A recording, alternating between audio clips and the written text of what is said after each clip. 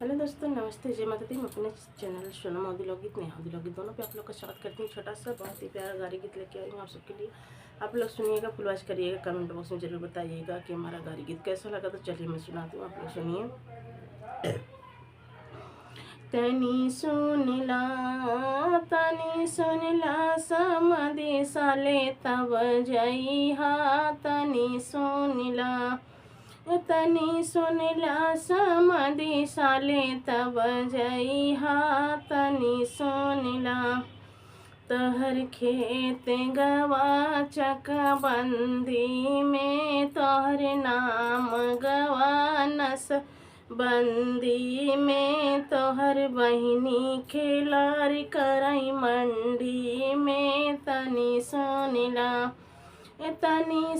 ला समाधि साले तब जइहा। तनी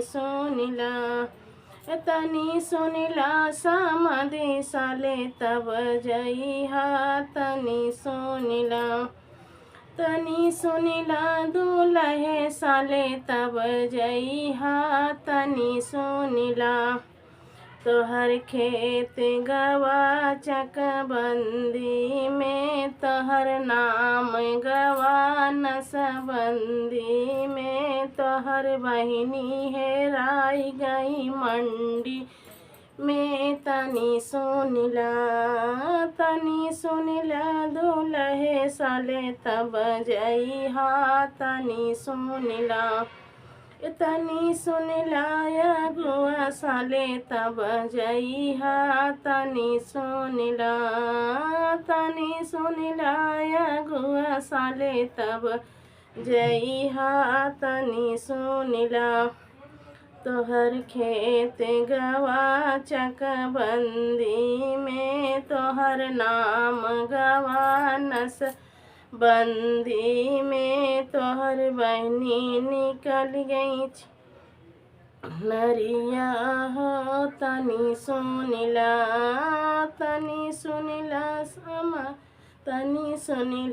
अगुआ साले तब जइहा। तनी सुन ला बराती साले तब जइहा। तनी सुन ला बराती साले तब जइहा। तनी सुन ला